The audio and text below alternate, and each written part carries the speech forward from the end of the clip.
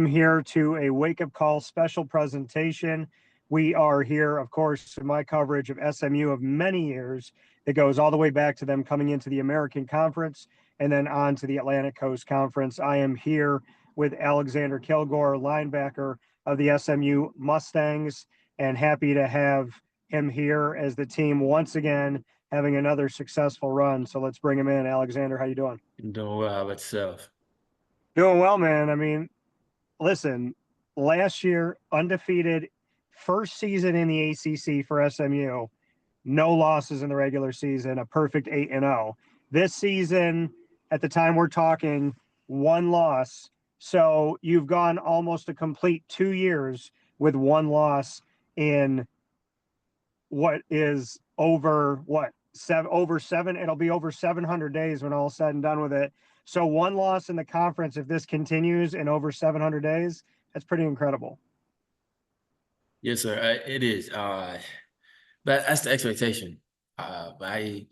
You come to SMU and you don't come to SMU if you don't want to win, right? Craig James, Eric Dickerson set that standard for us, and it's only right if we uphold that standard and raise the standard. So in the offseason through January all the way to August, we were saying champions on the set, champions on the whistle, and that's what we believe. That's what we want to accomplish. And quite frankly, you can't accomplish that if you lose games, right? So if we want to accomplish that, we have to win. We have to win games, and big time games, meaningful games in November. Yeah, and when you look at where things are at right now, I mean, we're this late in the season, and you're still alive for the ACC championship. We see Virginia, Louisville, and so on and so forth. And I had said preseason that we could see half of the ACC in red.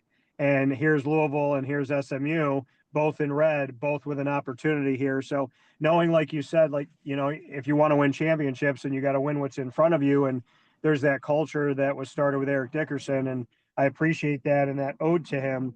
But how has this culture come together?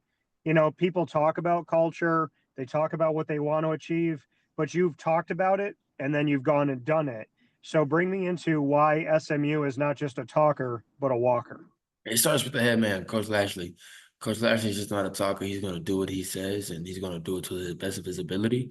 And when it starts from the head man, it only trickles down from the position coaches or to the coordinators and then to the position coaches, and then, of course, to the players. The players have no other way but to follow. And when you follow, you respond. And that's what we've been doing all season, regardless of what the outside noise is. Yeah, and like you said, regardless of the outside noise, there's that outside noise of when you have a good coach and you have a successful coach. So people are like, oh, well, what if Rhett Lashlee went here? What if he went there and whatnot? What do you believe about Rhett? Because, I mean, I've seen him really, really committed to this program. Do you see that? I mean, do you see a future of Rhett and SMU? Do you feel like he really is the head man for the long haul for this? Absolutely. And it's not just believing that he's the man, it's believing his character, it's believing who he is as a man, right? And if he says in the meetings that I've watched on YouTube that SMU is a dream location, a dream job. And it's not just believing the words that are coming out of his mouth, it's believing that his character, his word, and who he is as a man. And when he said, and I know when he says something, he's going to do it, and you have no other choice but to believe it because I know who he is as a man, and everybody in this facility knows who he is as a man. You're speaking very highly of your coach, and not everybody has this clear of a picture of their coach. Why do you see that with Rhett Lashlee? I mean, what is it about him that gives you that clarity that he truly is who he says he is? The actions that he does. I mean, he tells us he's going to do something, and he does it. It's really that simple.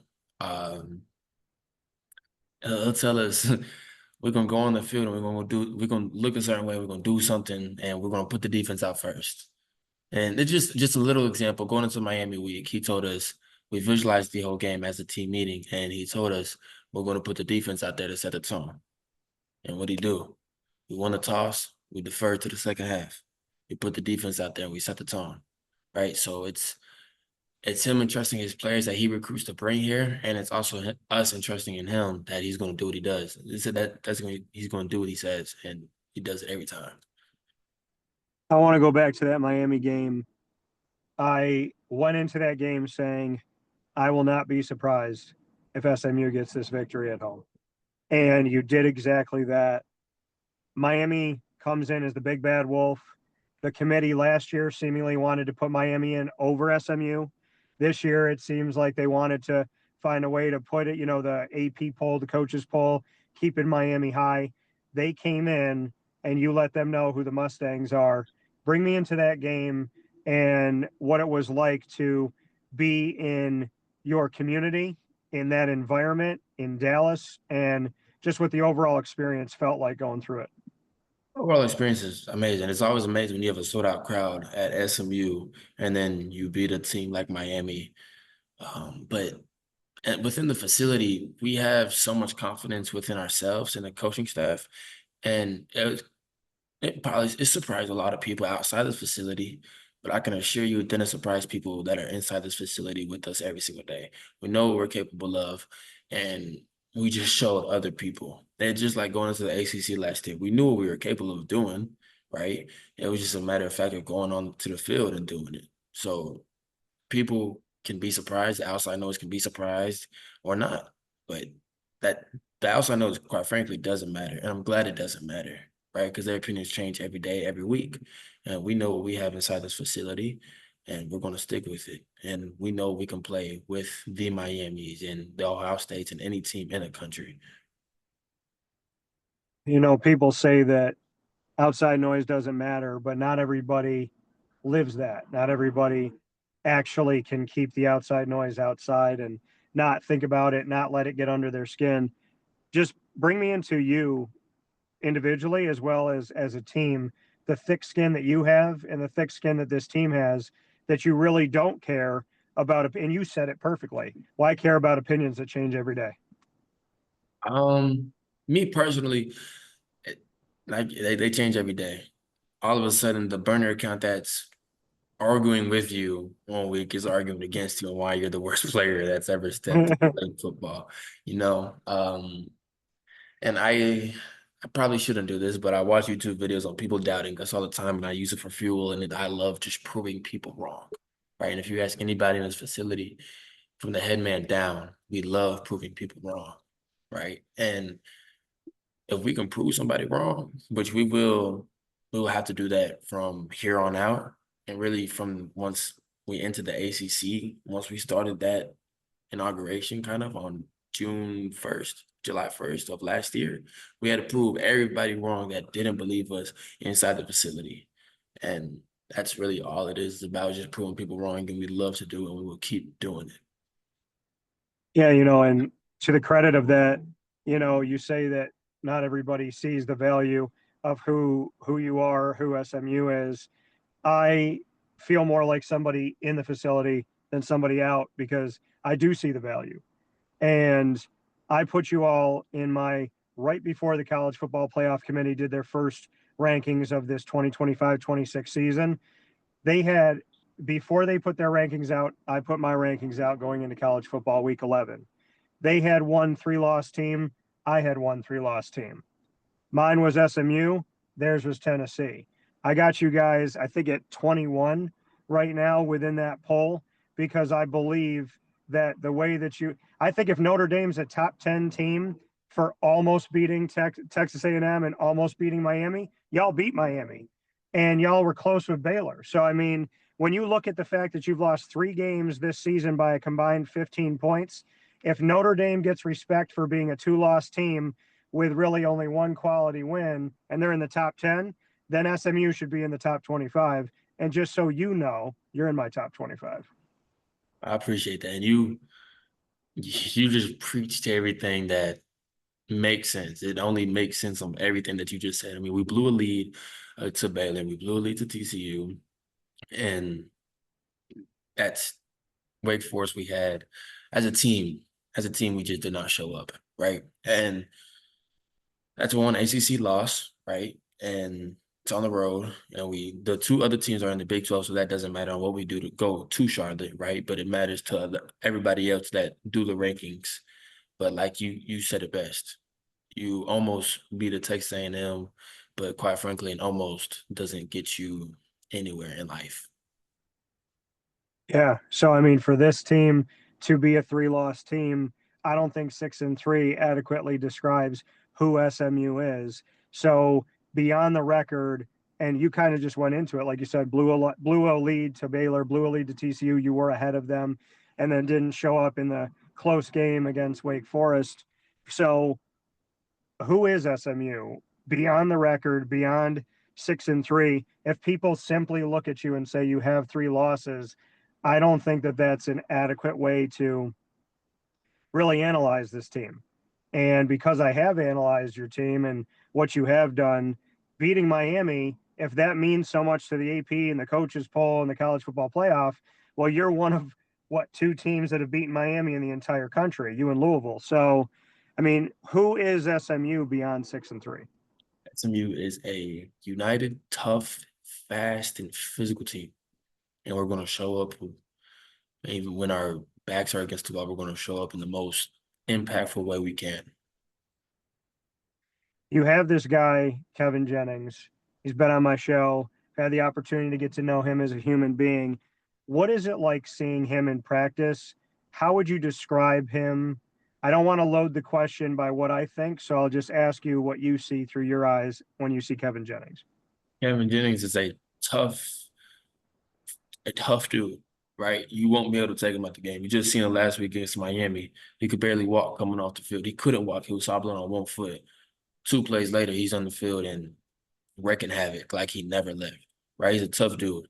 And when you get to know him as a person, I can call him right now and ask him to either go like watch my dog for me or go pick up a package for me or go inside of my house when I'm not there. And I will trust him that it looks the exact same way as I left it. And that's a brother. I love that dude. And hey, he's the most remarkable friend I could have. Why do you trust him as deeply as you do? I think it's incredible what you just said. So, what is it about him that makes you feel like he is, like you said, the most incredible dude? He's a man of his word. He's a man of his word. He's a man of his faith. He believes he's a Christian just like me. And I've gotten to know him over the years since I've been here. Of course, he came in a year before me, but we've took vacations together on spring break, and just to get him to know the dude on like why he does something, how much work he puts into the game of football is remarkable, and nobody can be able to take that away from him. So, you say all those nice things about him. I want to get into your game. Playing linebacker, being somebody who gets to go out there and hit people. You've had a bunch of games in your career. Bring me into what you saw from yourself the moment you stepped into college football to who Alexander Kilgore is now. How have you grown? How have you evolved? Bring me through that journey of who you are.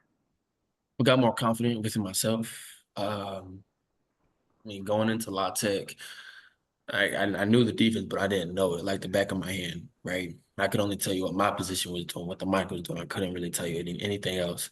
And now I can tell you what everybody has to do on the field as a defense. You see me communicating a lot more. My freshman year, if you watch the film, I'll get in my stance. I'm like, okay, I know I got to do this, right? But now it's okay. I can point people in a certain direction. I'm a lot more physical now, faster now, and bigger now. Of course, I played my freshman year at 220, 220-ish. Now I'm playing at 230, so I'm a lot more heavier. And my freshman year, I couldn't really play in space. Now I can play in space, and it's just progressing every single year, and I love it to see it. And in that progression, as you've grown, you've gotten to go up against a bunch of different quarterbacks. Who are the quarterbacks that you feel like challenged you the most? Carson Beck was a good challenge. He's a very experienced quarterback, played in the SEC for 3 years at Georgia. Uh, Tommy Castellanos, when we played him in Boston College at the Fenway Bowl, he's a very, very speedy guy. knew how to move, knew how to manipulate the defense a little bit. Louisville last year, Louisville's quarterback, very talented quarterback. I remember he knew how to get you off the spot. He knew his reads. He knew how to read a good defense. I would say those top three guys. And most recently, having had Carson back, what was it about how that offense looked? They have a bunch of talent. They got young guys all over the place, doing their thing. And, they've had a lot of success. They've had some highlight reel moments. So when you were going up against Miami, what did you see in that victory? And how would you describe not only Carson, but the skill guys and how they challenged you? A chess match. A chess match. Going to the iPads, like, okay, they hit us with this play. They got 3 yards off of this play. Watch this come out of this formation. And then it's like, okay, his eyes are looking this way. Watch this route. Watch. It's a chess match, trying to play chess and trying to dictate and manipulate on what they're going to do. At the same time, manipulate what you're going to do, make them think that you're doing one thing and you're doing the total opposite. So it was a chess match. With it being a chess match, what would you say were the moves that led to the checkmate for SMU? Like complimentary football, honestly. Special teams showed up when special teams needed to show up. Offense showed up, defense showed up, and it was a complimentary football game all around. Like we played complimentary football, and we showed up for one another. Like if you're on our sideline, we didn't look at the score the whole game. We weren't talking about the score. We weren't talking about if we need to stop right here. If we get a stop right here, like offense goes down. Like it was trusting the offense and the offense trusting us, and then all of us trusting special teams, trusting Sam Keltner, trusting Wade McSparron to do their jobs at a high level. And complimentary football, I think, really changed the game for us. When you talk about that, and like you said, nobody was looking at the scoreboard and whatnot. Each person on this team has to have a level of personal responsibility and discipline. It's not a fluke or a coincidence when a team collectively has discipline, collectively is responsible. Why is this team like that? I keep saying it, but it starts with the man, Coach Lashlee. He, on our Thursdays or Fridays, you'll see him in the weight room working out, right? He works out every day after practice, and then you see him working out at 5:30 in the morning. When I get here at 5:30 in the morning, I see him working out with offensive line coach, Coach Justice, and then it's like, this dude got discipline and he 40-something, 30-something, 40-something. I don't know how old Coach Lashlee is. Um, but you see this dude working out, like you have no choice but to follow it. Because if you don't follow it, you can't and you won't belong at SMU. You won't feel like you belong, right? And that's why our culture it is the way it is. That's why we have so many discipline and personal people on our team. And you see everybody just striving to get better, regardless of us losing a Wake Forest. And then like everybody thought that was the downfall of our season outside the facility. But we all knew what we can do, and it was a matter of proving it. So Yeah, and I mean, I can echo it too, knowing Rhett for all the years that I've known him. So I appreciate what you're saying, and I appreciate what I'm seeing. I mean, you're acting like professionals. I mean, that's really what it comes down to. You're acting like a bunch of professionals, not a bunch of immature kids running around and whatnot. And it's good to see that, especially in today's football, which collegiate athletics has gotten very individualistic, but you haven't been that way. Before we get into rapid fire, you said something that I love more than anything. And that is the fact that you said you are a man of God, you have a faith. Why do you have a faith? Why is God important to you? Would love to just hear more about why God is the main man in your life. I know what it's like without him. And I don't want my life to be like that. He's blessed me with many opportunities. The reason why I'm living and breathing right now is because of him. Yeah. And when I get more in the Bible, it's like, have you ever seen this picture where you see cross references of the Bible? I It's, don't, what in comparison to what? What do you mean? there's like 600 and I don't know the exact number, but I want to say it's almost 6,490 something cross references. of just Oh, the okay, Bible okay. going back and forth and talking about one another, and it's like the exact same thing that they're talking about, maybe in different words, but it's the same thing because it's in Greek or Hebrews. Um, I just know what my life looks like without him, and I don't want to live like that. He's blessed me with so many opportunities. Um, Me and you being able to talk right now and be able to connect is a blessing. The reason why you were able to drive before you got onto this meeting and not get in a car crash is a blessing. And he's undefeated. Yeah, just put it, he's undefeated. When somebody's undefeated, why would you not take their side? Uh, it's silly to me. Like Yeah. if as in football terms, if Ohio State is undefeated, right? Everybody is gonna be they're gonna be number one of the AP poll. So God is undefeated. Why would you not put him first? Why would you not prioritize him? Why would you not pray? Why would you not bless over the food that you're going to eat? Why would you not talk about him? Why would you not try to create discipleships? Why would you not try to read your Bible to learn more about him and try to live your life more like him? Why would you not try to follow his 10 commandments?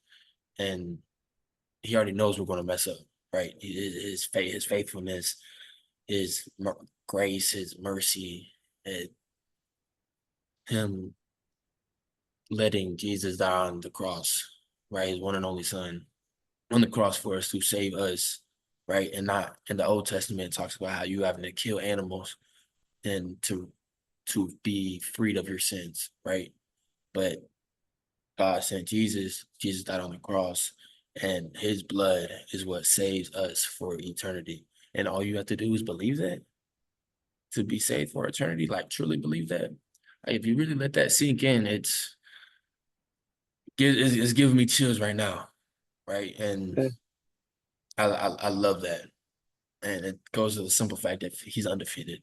Why would you not put him first in everything you do?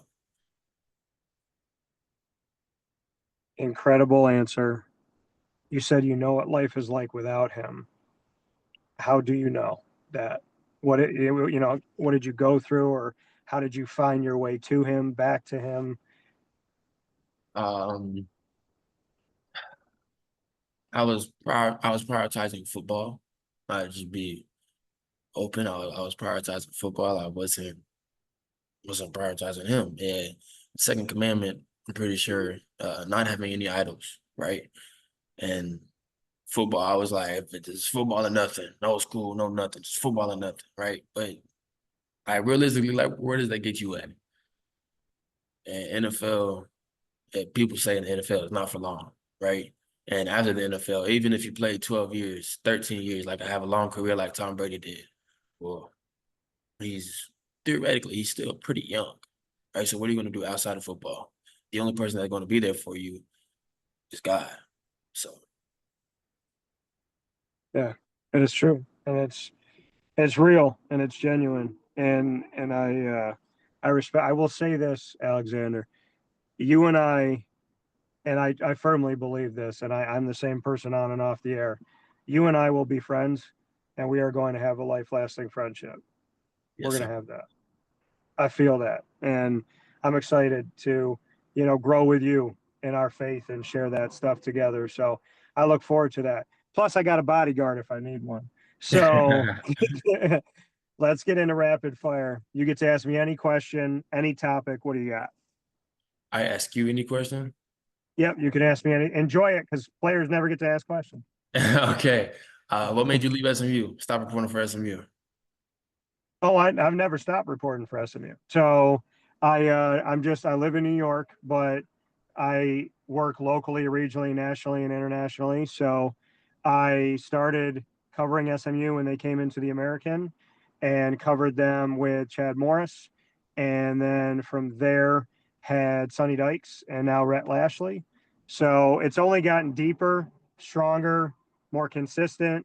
I thank Chris Smith, who helped set this up because he knows that I reach out to him every year and that this is really, really important to me. So yeah, to answer your question is it's actually the opposite. I've actually kicked it up a notch. Okay. Like Where do you live in New York? Syracuse, New York, born Syracuse, and New York. raised. Yep, right in the center of the state. And I uh, I knew Syracuse. I knew my hometown was going to have some problems with you guys this year. So I will say that. I'm going to ask you one. Let me see what I got here. Okay. If you took over my show for the day and it was Wake Up Call with Alexander Kilgore, who would be your 3 guests and why? 3 guests. Yep. That are okay. Let me ask you a backup question on that. That are in my phone that I can get in contact with, or anybody in the country. Anybody. Anybody in the country. Yep. Okay, I'm gonna go Kevin Jennings, and then I'm gonna go James Franklin just because he's a hot topic. I get some views.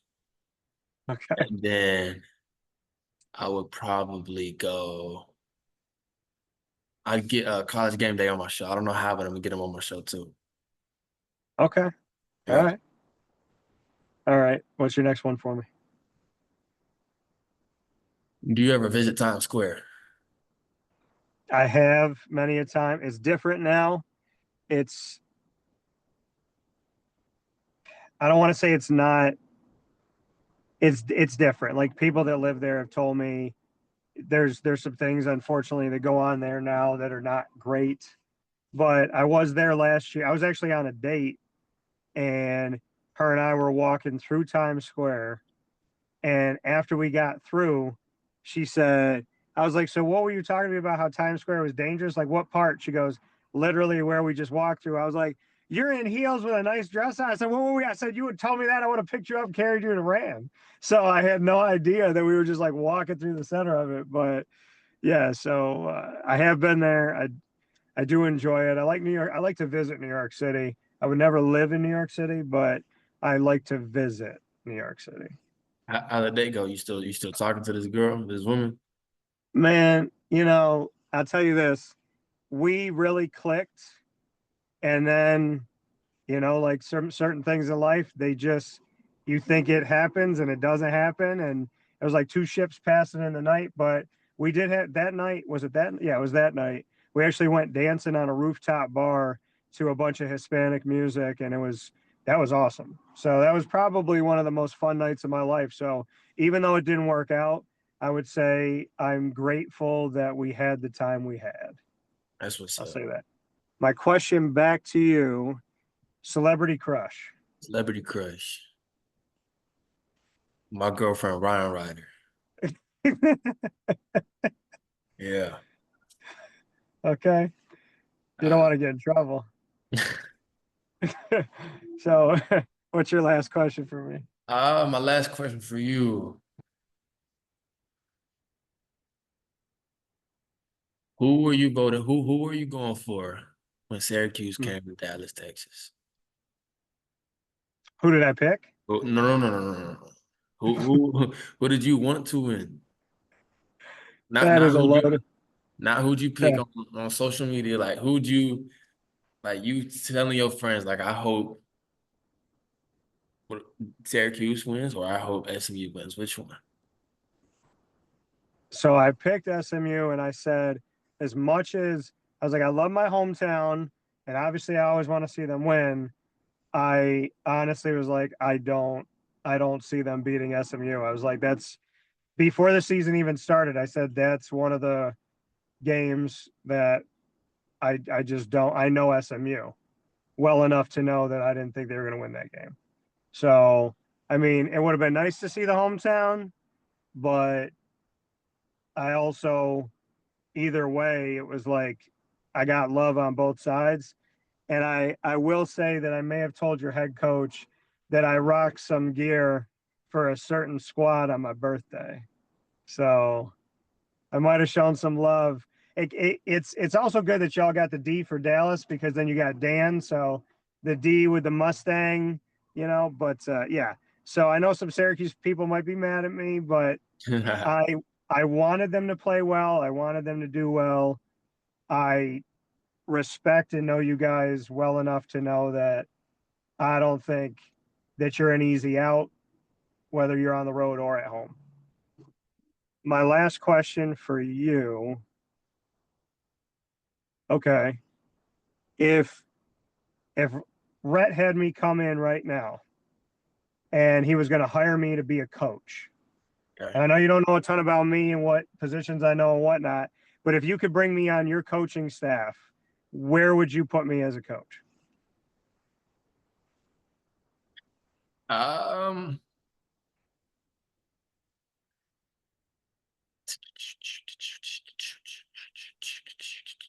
tight ends.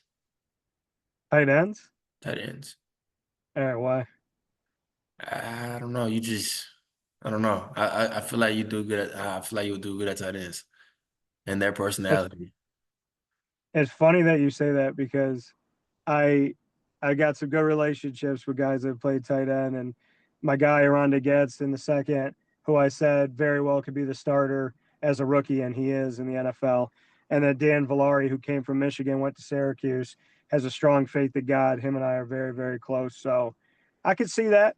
I can respect that. Yes, You know, sir. I go with that. So with that being said, Alexander, for the SMU Mustangs, for Alexander Kilgore, and for the run that you guys have, may it continue.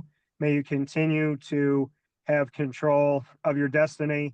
Keep your faith strong. And like I said, man, I trust energy. I trust vibe. And you and I are going to have a good friendship. So we'll keep in touch. We'll have fun together. And I think there's some good conversations in our future. Yes, sir. Absolutely. Likewise. Hope you have a blessed one. You too. I hope you have a blessed day, man. I appreciate it. Yes, sir. Bye-bye.